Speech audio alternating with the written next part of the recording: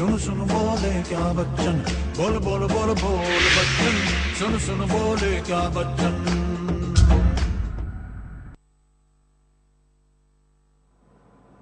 નમસ્કાર, સ્વાગત છે આપનું અમારી વિશેષ રજૂઆતમાં. હું છું યુતિ. દેશના રાજનેતાઓ થોડી થોડી વારે પોતે આપેલા નિવેદનથી જ આફતમાં મુકાઈ જતા હોય છે. આજે પણ આવું જ થયું, જ્યાં કોંગ્રેસના મહાસચિવ દિગ્વિજયસિંહે એક ટિપ્પણી કરીને વિવાદનો વંટોળ સર્જી દીધો. મહિલા નેતા પર કરેલી ટિપ્પણી કરીને દિગ્વિજયસિંહ બની ગયા બોલ બચ્ચન દિગ્ગી રાજા.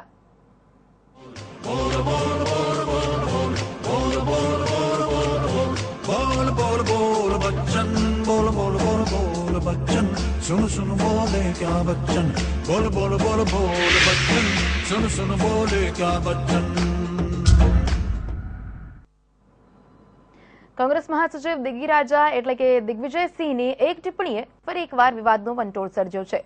દિગ્વિજય પોતાની જ પાર્ટીના મહિલા નેતા પર એક એવી ટિપ્પણી કરી જેને લઈને દેશભરમાંથી તીખી પ્રતિક્રિયા આવી. જોકે દિગ્ગી રાજાએ ખુલાસો કર્યો કે તેમના નિવેદનનું ખોટું અર્થઘટન કરાયું છે. बोल बोल बोल बच्चन, सुन सुन बोले क्या बच्चन, बोल बोल बोल बोल बच्चन, सुन सुन बोले क्या बच्चन। ये 100 टन माल है, ये 100 टन माल है। બોલ બચ્ચન ગણાતા કોંગ્રેસી નેતા દિગ્વિજયસિંહનું એક નિવેદન દેશભરની મહિલાઓ માટે આઘાતજનક સાબિત થયું છે. મધ્યપ્રદેશના મંદસૌરમાં આયોજિત એક કાર્યક્રમમાં સાર્વજનિક મંચ પર બોલતા દિગ્ગી રાજાએ શરૂઆત તો સ્થાનીય સાંસદ મીનાક્ષી નટરાજનના વખાણથી કરી, પણ દિગ્વિજયની જીભ અંતમાં એવો ઉચ્ચાર કરી ગઈ કે જે પોતાની જ પાર્ટીના એક મહિલા સાંસદની ગરિમાને ઠેસ પહોંચાડનાર ગણાઈ. ये 100 टन माल है और गरीबों की लड़ाई होती है और मंदसौर जैसे जिले की गुटबाजी करनी पड़ती, सबको साथ लेकर चलती है और दिल्ली में भी इसने बड़ा अपने छाप छोड़ दी है, लोकसभा के अंदर भी और पार्टी में भी। सोनिया जी और राहुल जी इनको बहुत मानते हैं. મીનાક્ષી નટરાજન કોંગ્રેસની સાંસદ હોવાની સાથે સાથે રાહુલ ગાંધીની ટીમમાં પણ મહત્વની સભ્ય મનાય છે. આમ પણ દિગ્વિજયના નિવેદનની ચોતરફ ટીકા શરૂ થઈ ચૂકી હતી અને કોંગ્રેસ બચાવ મુદ્રામાં આવી ગયું છે.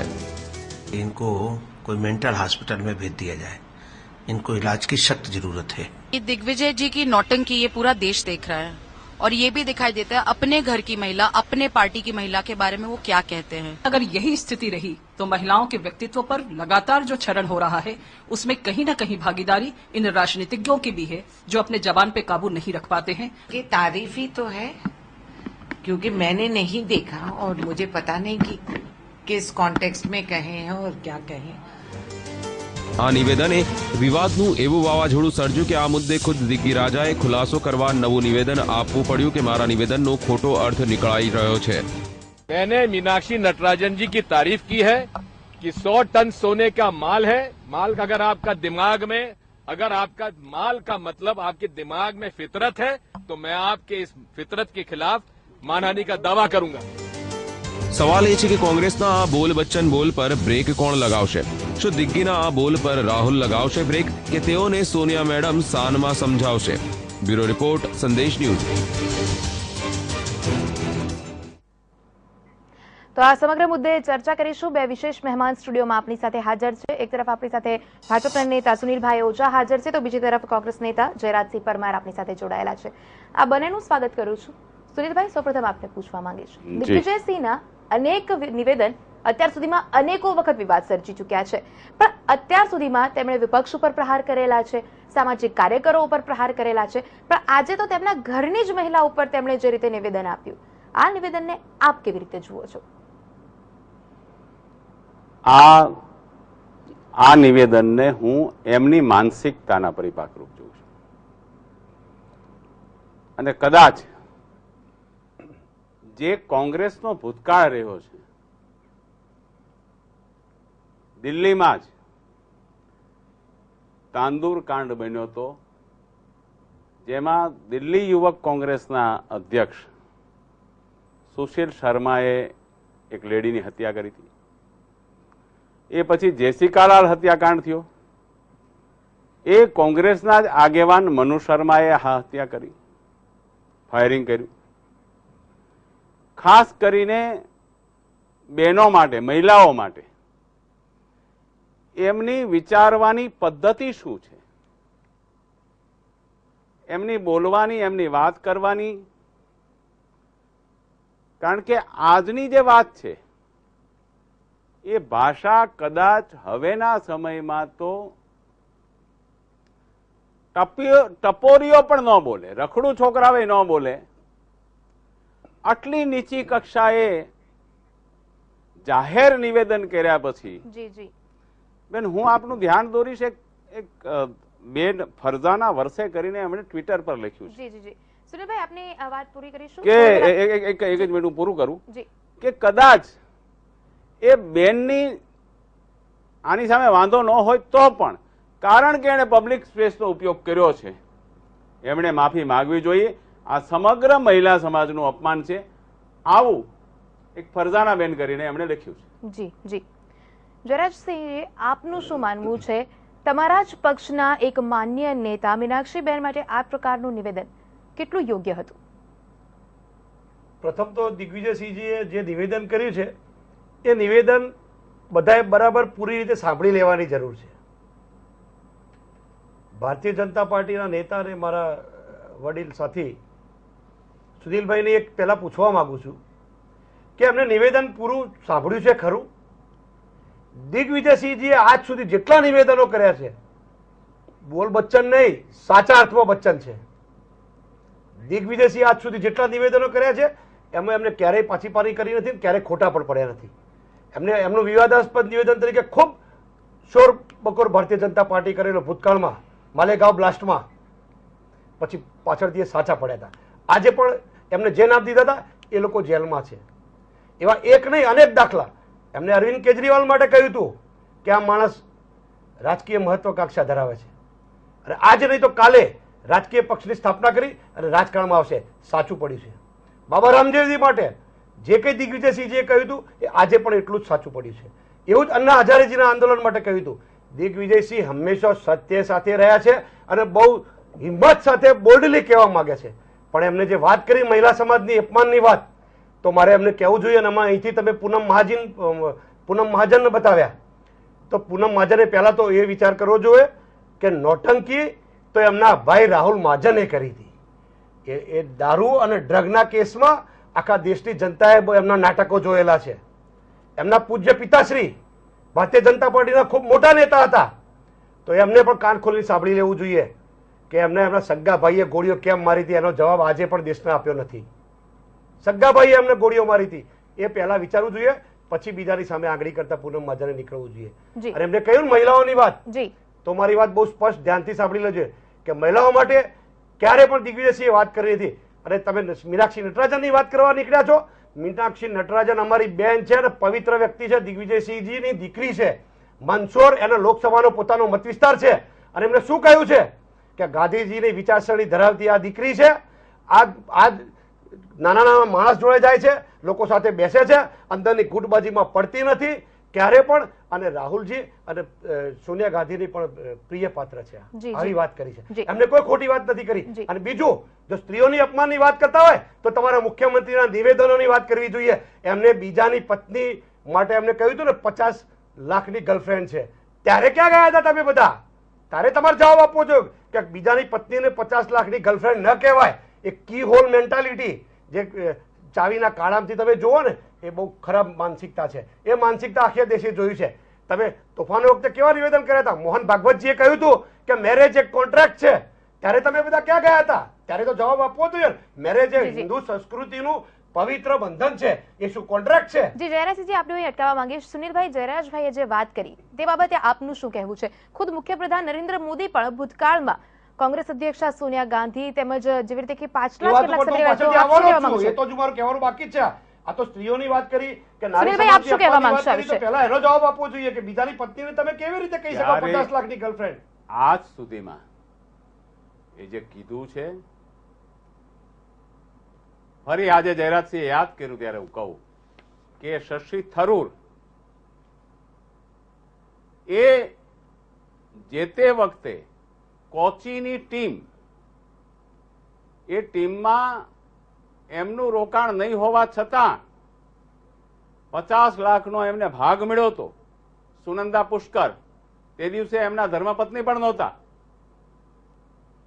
અને એ શશી થરૂરની સાથે ફરતા હતા. અને એના કારણે હું જયરાજસિંહને યાદ કરાવીશ કે કોંગ્રેસે જ જે તે વખતે એમને મંત્રીમંડળમાંથી પડતા મૂકેલા, જે તે વખતે આ જ કારણસર. અને એ વાત પણ બિલકુલ ભદ્ર ભાષામાં, સભ્ય ભાષામાં એમણે જે કરી છે. એક મિનિટ મારી વાત પૂરી કરી. એકદમ વાત ક્યાંય નારીના સંદર્ભમાં નથી થઈ તે દિવસે. એ 50 લાખની વાત કરી છે, એ કોચી ટીમની વાત છે તે દિવસે તે. અને એ વાત ને કોંગ્રેસે પણ એ ગંભીરતા લીધી છે. અને આજે પણ મને એમ લાગે છે કે કોંગ્રેસે દિગ્વિજયસિંહના સંદર્ભમાં પણ આજ સુધી એમને છૂટા મૂક્યા છે. કોંગ્રેસે કોઈ કારણસર એમની પાસે જે ફાવે એવા નિવેદનો કરાવ્યા છે. કોંગ્રેસે બાટલા હાઉસ એન્કાઉન્ટર કેસમાં આજ સુધીમાં દિગ્વિજયસિંહે કાયમ એવું કીધું છે કે આ ફેક છે. આજે જ્યારે કોર્ટે, દિલ્હી કોર્ટે, દિલ્હી ન્યાય અદાલતે ચુકાદો આપ્યો એ પછી પણ, અને જ્યારે મોહનચંદ શર્માને શહીદ કીધા એ પછી પણ દિગ્વિજયસિંહ એવું કહે છે. અને એ મતોના રાજકારણ માટે ન્યાય અદાલતોનું સન્માન જાળવતા નથી. એ ક્યાંક કોઈ પણ જાતના પુરાવા વગર આખી ને આખી સંસ્થાને, વૈધાનિક સંસ્થાઓને હિન્દુ આતંકવાદનું સ્વરૂપ કે ગમે એ ભાષામાં સંબોધે છે. એમના માટે ઇન્ડિયન મુજાહિદીન એક વખત શકીલ અહેમદ એવું કે. સુનિલભાઈ, આપને હું અટકાવવા માંગીશ. આ બંને માટે એક સામાન્ય સવાલ છે, એક જવાબ આપની પાસેથી મેળવવા માંગીશ. રાજનેતાઓ છે, રાષ્ટ્રીય ફલક ઉપર તેમનું સ્થાન છે, લોકો તેમના એક નિવેદનને ધ્યાનથી જુએ છે. આપની તમામ વાતો સાચી, બંનેની વાતો સાચી, પણ મહિલાઓનું સન્માન કરતા આ રાજકીય નેતાઓ ક્યારે શીખવાના? જયરાજભાઈ, આપ શું કહેશો? મહિલાઓનું સન્માન તો ભારતીય જનતા પાર્ટી જો સન્માન કરવાની વાત કરે તો બહુ જોજોનો દૂર વાત છે. જેની આંખમાં પીડીઓ હોય, આ લોકો તો પીડીઓની કમળો થયેલો છે. એટલે કોઈ પણ વાતને ટ્વિસ્ટ કરીને, નીતિન ગડકરીએ શું કહ્યું હતું કે વિવેકાનંદજી અને દાઉદ સાથે સરખાવ્યા હતા. એ વખતે તમારા નિવેદનો બધા ક્યાં ગયા હતા? એ વખતે ખુલાસા કરવા હતા ને. જસવંતસિંહ કોઈ જીડા સેક્રેટરી હતા, એમના નિવેદનો તો ભરમાર છે, પુસ્તકો છપાય એટલા નિવેદનો છે. અને પછી જ્યારે હંમેશા એટલું યાદ રાખ્યો કે પોતે કાચના ઘરમાં હોય ત્યારે બીજા ઉપર પથરા ન ફેંકી શકાય. ભારતીય સંસ્કૃતિની વાત કરતા હોય તો અમારી પાર્ટીના અધ્યક્ષ મેડમ સોનિયા ગાંધી છે. આ લોકસભાના સ્પીકર પણ સોનિયા ગાંધી છે. એ અગાઉ પણ રાષ્ટ્રપતિ પણ મહિલાઓને બનાવ્યા હતા. એટલે મહિલાઓનું કેટલું સન્માન કરી શકાય એ કોંગ્રેસ પક્ષ બરાબર જાણે છે. સવાલ આવે એમની સંસ્કૃતિની જે વાત કરી, સંસ્કૃતિની વાત કરવાનો એમનો અધિકાર જ નથી. તમને કહું, 2002ના ગોધરાના તોફાનો થયા હતા, જયારે રાહત કેમ્પ ખોલવાની અહીંયા અટલ બિહારી વાજપેયી વડાપ્રધાન તરીકે જયારે અહીંયા આવ્યા. સુનિલભાઈ, આપ શું કહેવા માંગો છો? એ વખતે એમને કહ્યું હતું કેમ્પ ખોલવાની વાત કરી હતી કે તમે રાહત કેમ્પો ખોલો. અટલ બિહારી વાજપેયીજીએ કહ્યું હતું પ્રધાનમંત્રી તરીકે એમનું શાસન હતું ત્યારે મુખ્યમંત્રીએ જે સ્ટેટમેન્ટ કર્યા હતા ને એ જાહેર મંચ ઉપરથી બોલી ન શકાય એવા એમના સ્ટેટમેન્ટો હતા કે શું અમારે રાહત કેમ્પો ખોલીને વસ્તી વધારવાના કેન્દ્રો ખોલવાના છે. આવી બધી વાત નિમ્ન કક્ષાની વાતો કરી છે. રાહુલ ગાંધી, સોનિયા ગાંધી માટે એમને ગાય વાછરડુના શબ્દનો પ્રયોગ કર્યો હતો. મારી પાછળ એસઆરપી પડી છે. સોનિયા, રાહુલ અને પ્રિયંકા એસઆરપી પડે છે. આવા બિલકુલ બોગસ બકવાસ નિવેદનો આ મુખ્યમંત્રી છે કરે છે. તારે માનનીય સુનિલભાઈ ક્યાં ગયા? જી સુનિલભાઈ, આપ શું કહેવા માંગો છો? રાજનેતાઓએ મહિલાઓનું સન્માન કરવાનું શીખવાની કેટલી જરૂર છે અને ક્યારે શીખશે? રાજનેતાઓએ મહિલાનું સન્માન કરવું જોઈએ અને હંમેશા રાખવું જોઈએ. ભારતીય જનતા પાર્ટીની સંસ્કૃતિ છે. અટલ બિહારી વાજપેયીએ બાંગ્લાદેશ વોર વખતે સ્વર્ગીય ઇન્દિરા ગાંધીને માં દુર્ગાનું સ્વરૂપ કીધું હતું. ભારતીય સંસ્કૃતિમાં માં દુર્ગા, માં અંબા, માં અને બેનનું સ્વરૂપ જો કોઈએ પણ ભારતીય સંસ્કૃતિને યથાતથ એનો અમલ કર્યો હોય, એનો ભાવનાત્મક રીતે અને સાચા શબ્દાર્થમાં અમલ કર્યો હોય તો એ ભારતીય જનતા પાર્ટીને જે ભારતીય સંસ્કૃતિ માટે લડે છે. અને આ તો વિવાદો ની વાત નથી, હત્યાઓની ભરમાર છે. મેં કીધું એ તાંદુરી કાંડ, જેસિકાલાલ હત્યાકાંડ, અને ત્યારથી આજ સુધી કોંગ્રેસની જે પદ્ધતિ રહી છે એનું કલ્ચર કોંગ્રેસનું કલ્ચર આ છે. અને માં દુર્ગાને માનવા વાળું કલ્ચર એ ભારતીય જનતા પાર્ટીનું કલ્ચર છે. અને અત્યારે જયારે સમગ્ર દેશમાં આ રાજનીતિનો સવાલ નથી બેન, આ સવાલ છે એ મહિલાના આત્મસન્માન. જી બિલકુલ. એટલા માટે હું ભારતીય જનતા પાર્ટીના આગેવાન તરીકે નથી કહેતો. આજે સમગ્ર દેશમાં ભારતીય જનતા પાર્ટીને એક બાજુ રાખો, કોંગ્રેસને એક બાજુ રાખો, તટસ્થ લોકો, નિષ્પક્ષ લોકો, મહિલાઓનું સન્માન થવું જોઈએ એવું માનવાવાળા લોકો એ આ નિવેદન ઉપર શું કહે છે એ જોવું જોઈએ. અને કોંગ્રેસે જો એ દિગ્વિજયસિંહને આવી સત્તા ન આપી હોય તો વહેલાસર આમાંથી બહાર નીકળવું પડશે, કારણ કે કોંગ્રેસની પદ્ધતિ રહી છે. જી સુનિલભાઈ, આપને અટકાવવા માંગીશ. આ બંનેની સાથે આ સમગ્ર મુદ્દે ચર્ચાને આગળ વધારીશું અને જાણવાનો પ્રયાસ કરીશું કે શા માટે દિગ્વિજયરાજાએ બોલ બચ્ચન બનવું પડ્યું. પણ આ વિશે ચર્ચા આગળ વધારીશું એક બ્રેક બાદ.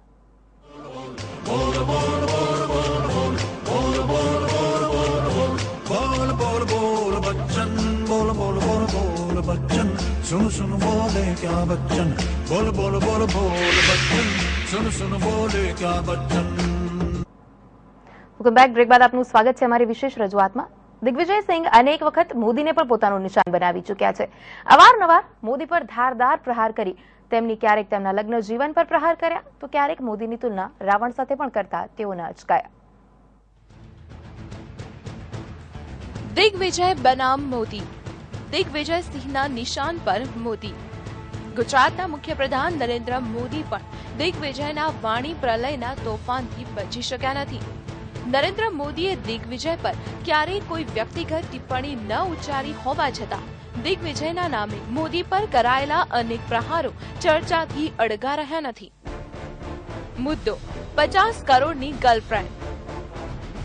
ચૂંટણી પ્રચાર દરમિયાન એક સભાને ગજવી રહેલા મુખ્યપ્રધાન નરેન્દ્ર મોદીએ કોંગ્રેસના ભ્રષ્ટાચારની વાત કરતા કરતા શશી થરૂર પાસે 50 કરોડની મોંઘી ગર્લફ્રેન્ડ હોવાનો કટાક્ષ કર્યો. નરેન્દ્ર મોદીની આ ટિપ્પણી પર શશી થરૂરની પ્રતિક્રિયા કોઈ આશ્ચર્યની વાત નથી, પરંતુ આ મુદ્દે દિગ્વિજયસિંહે સીધું જ મોદી પર નિશાન સાધતા તેમના લગ્ન જીવન પર प्रश्नों उभा કર્યા. नरेंद्र मोदी जी ने शशि थरूर साहब के ऊपर जो इस प्रकार की हल्की टिप्पणी की है उसकी मैं निंदा करता हूं. महिलाओं के अपमान किया गया है. मैं तो इस बात से आश्चर्य हूं कि ये विमेन राइट्स ग्रुप्स जो हैं वो चुप क्यों हैं. इसीलिए मैंने ये बात कही है कि नरेंद्र मोदी जी इस बात को उजागर करें, क्या यशोदा बहन के साथ उनकी शादी हुई थी कि नहीं हुई थी, और अगर हुई थी तो उन्होंने उनके साथ क्या डिवोर्स किया है, उनको अपने पास क्यों नहीं रखते हैं, उन्होंने अपना मैरिटल स्टेटस डिक्लेयर क्यों नहीं किया हुजूर में, इसे आप बातें डिक्लेयर करें. ટ્વિટર પર પણ પ્રહારો. દિગ્વિજયસિંહને જ્યારે જ્યારે પણ મોકો મળે છે ત્યારે પ્રહારો કરવાની એક પણ તક ચૂકતા નથી. ભાજપમાંથી સસ્પેન્ડ કરાયેલા વરિષ્ઠ નેતા રામ જેઠમલાણીએ રામને ખરાબ પતિ ગણાવતા મોકો જોઈને ચોક્કો લગાવવામાં માહિર દિગ્વિજયસિંહે ટ્વિટરને માધ્યમ બનાવી મોદી પર શબ્દોના તીર ચલાવ્યા. રામ જેઠમલાણી રામને એટલા માટે પસંદ નહોતા કરતા કારણ કે રામ સારા પતિ ન હતા. તો પછી મોદી વિશે તેમનું શું માનવું છે? અડવાણીજી આ વિષય શું કહેશે? હદ તો ત્યારે થઈ કે જ્યારે દિગ્વિજયસિંહે નરેન્દ્ર મોદીની તુલના રાવણ સાથે કરી. જી હા, ગુજરાત વિધાનસભા ચૂંટણી વખતે નરેન્દ્ર મોદીએ 3D પ્રચારની કરેલી શરૂઆત બાદ દિગ્વિજયસિંહે મોદી પર કટાક્ષ કરતા રાવણના 10 માથાનું ઉદાહરણ આપી મોદી પર પ્રહારો કર્યા. ये 3D प्रचार क्या है? मोदी जी बोलेंगे एक जगह और 10 जगह लोग सुनेंगे.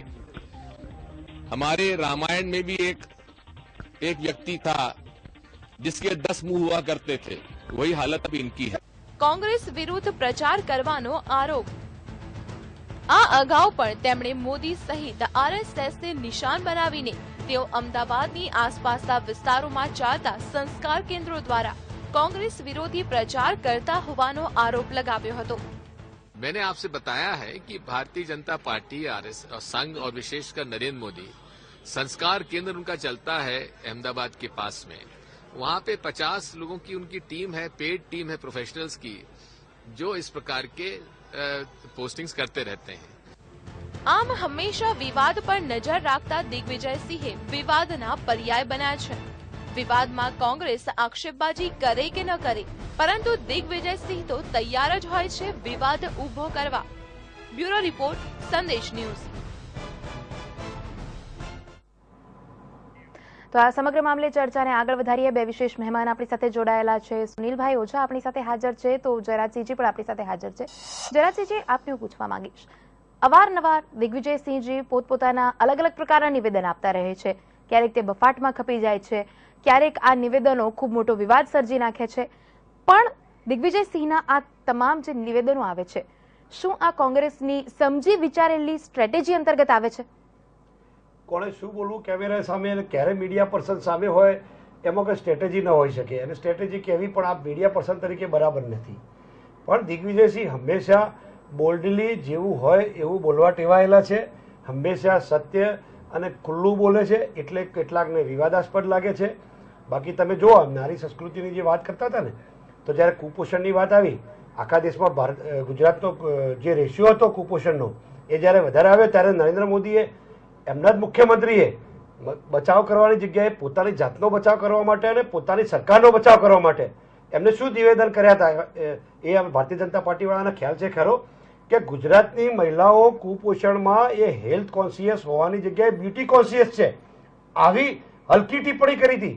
એટલે મહિલાઓ સુંદર દેખાવા માટે કુપોષણનો ભોગ બની છે. જી જી, સુનિલભાઈ આપનું શું માનવું? જયરાજસિંહજી, આપને વટવા માંગીશ. સુનિલભાઈ, આપનું શું માનવું છે? કઈ માનસિકતા છે એમાં? દિગ્વિજયસિંહ ની કઈ વાત ખોટી પડી? સુનિલભાઈ, આપનું શું માનવું છે? દિગ્વિજયસિંહ ના જે બફાટ છે, જી, મને એમ લાગે છે કે કોંગ્રેસની સોચી સમજી રાજનીતિ છે. પહેલી તો જી, દિગ્વિજયસિંહ એમના ઓફિશિયલ પ્રવક્તા નથી કોંગ્રેસના, અને છતાં દિગ્વિજયસિંહ કાયમ બોલે છે. એને કોઈ અટકાવવામાં નથી આવતું. કોંગ્રેસ એના સંદર્ભમાં ક્યારેય એમ નથી કહેતી કે આ અમે આની સાથે નથી. સુનિલભાઈ, અહીં વાત એ છે કે જે રીતે જયરાજસિંહજીએ પણ વાત કરી, મુખ્યપ્રધાન નરેન્દ્ર મોદીના હેલ્થ કોન્શિયસના બદલે બ્યુટી કોન્શિયસ હોવાની, તે વિશે આપ શું કહેશો? એ જે તે દિવસે નરેન્દ્રભાઈ વાત કરી હતી, એને સાચા અર્થમાં, હેલ્થના અર્થમાં જો સમજાયું હોત, કોંગ્રેસે એમની ખોટી પ્રચારની જાળમાં એને એનું અર્થઘટન કરવાનો જો પ્રયત્ન કર્યો હોત, તો એ વાત એ હતી કે કેટલીક વખત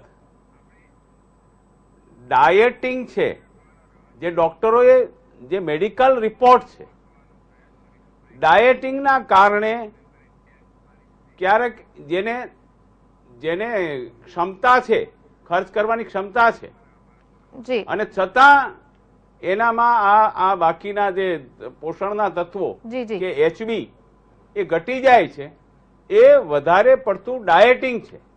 અને એક મા બાપ પણ પોતાની દીકરીને કહી શકે કે તું હેલ્થ માટે થઈને એટલું ધ્યાન રાખ. જી જી જી, આપણા ઘરમાં સગવડ હોવા છતાં એ સંદર્ભમાં જે વાત કરી હતી, એક બાપ તરીકે, એક મોટા ભાઈ તરીકે,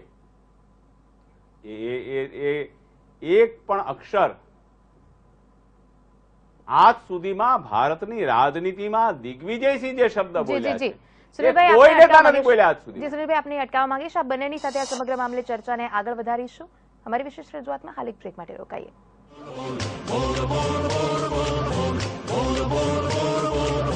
बोल बोल बोल बच्चन, बोल बोल बोल बोल बच्चन, सुन सुन बोले क्या बच्चन, बोल बोल बोल बोल बच्चन, सुन सुन बोले क्या बच्चन.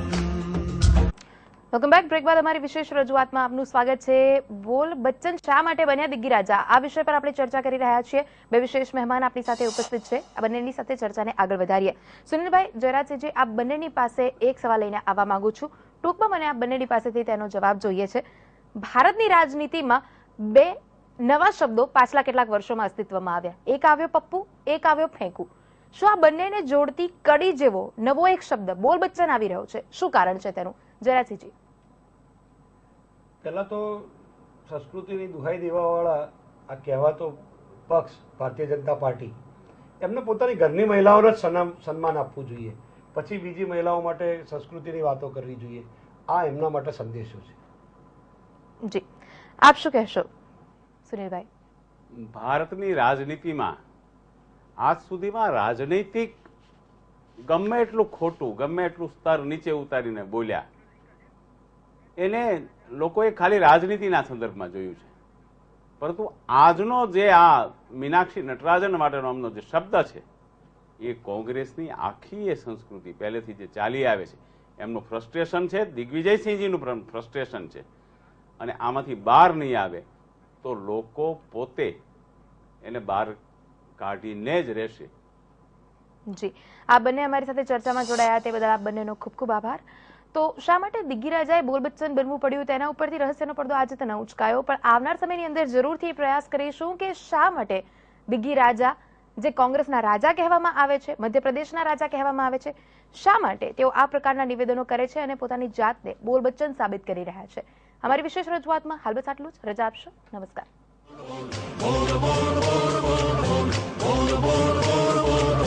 बोल बोल बोल बच्चन, बोल बोल बोल बोल बच्चन, सुन सुन बोले क्या बच्चन, बोल बोल बोल बोल बच्चन, सुन सुन बोले क्या बच्चन.